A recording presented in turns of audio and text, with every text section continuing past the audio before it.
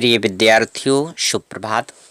मैं आपका हिंदी अध्यापक धनीराम इप्टा आज आपके लिए लाया हूं अभ्यासकार की श्रृंखला में अभ्यासकार 5 और आज हमारा टर्न है एकांकी संचय का। तो एकांकी संचय में आज मैं एकांकी 2 बहु की विधा के प्रश्नोत्तरों का अभ्यास कराऊंगा। तो जो मुख्य और महत्वपूर्ण प्रश्न हैं उनको मैं आपको दे रहा हूं, तो आप देख लीजिएगा। ये जो प्रश्न हैं आपके सामने हैं, महत्वपूर्ण अनुच्छेद हैं। आपको क्या है कि अब अभ्यास हो ही गया होगा कि आपको किस प्रकार से ये एग्जाम में प्रश्न आएंगे। तो देखिए, इसमें लिखा है, यदि मैं कमला को लिए बिना ही गया तो माँ का हृदय टूट जाएगा।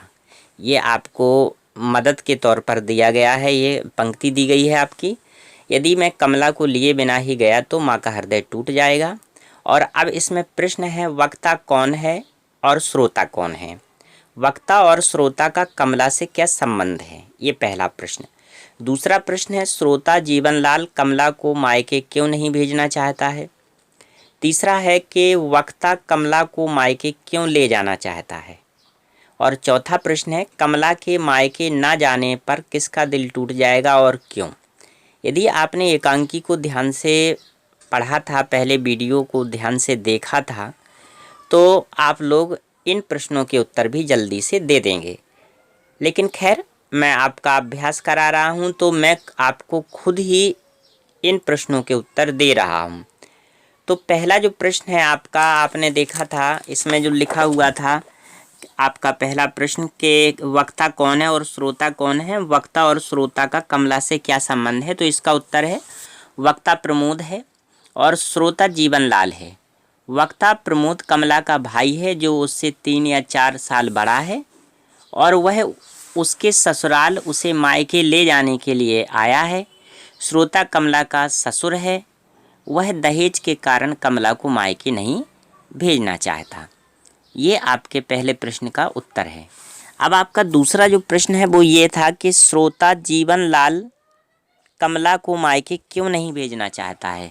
हालांकि आपको पूरी बात मालूम है, लेकिन फिर भी इसका जो उत्तर है वो ये है कि श्रोता जीवनलाल के मायके वालों के द्वारा उसकी इच्छानुसार दहेज न दिए जाने के कारण मायके नहीं भेजना चाहता।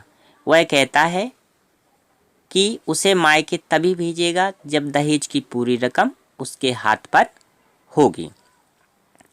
अब इसका जो तीसरा प्रश्न है आपका वो ये था कि वक्ता कमला को मायके क्यों ले जाना चाहता है। तो इसका उत्तर है कि वक्ता प्रमोद कमला को मायके इसलिए ले जाना चाहता है क्योंकि कमला के विवाह के बाद उसका यह पहला सावन था। सावन में लड़कियां अपनी ससुराल से मायके आती हैं और अपनी सखी सहेलियों से मिलकर खुश होती हैं। लड़की के माता पिता भी अपनी बेटियों की बेचैनी से प्रतीक्षा करते हैं। इसके बाद फोर्थ क्वेश्चन था आपका कि कमला के मायके ना जाने पर किसका दिल टूट जाएगा और क्यों। तो किसका दिल टूट जाएगा ये तो आपको पता है, लेकिन क्यों, इसको देखते हैं।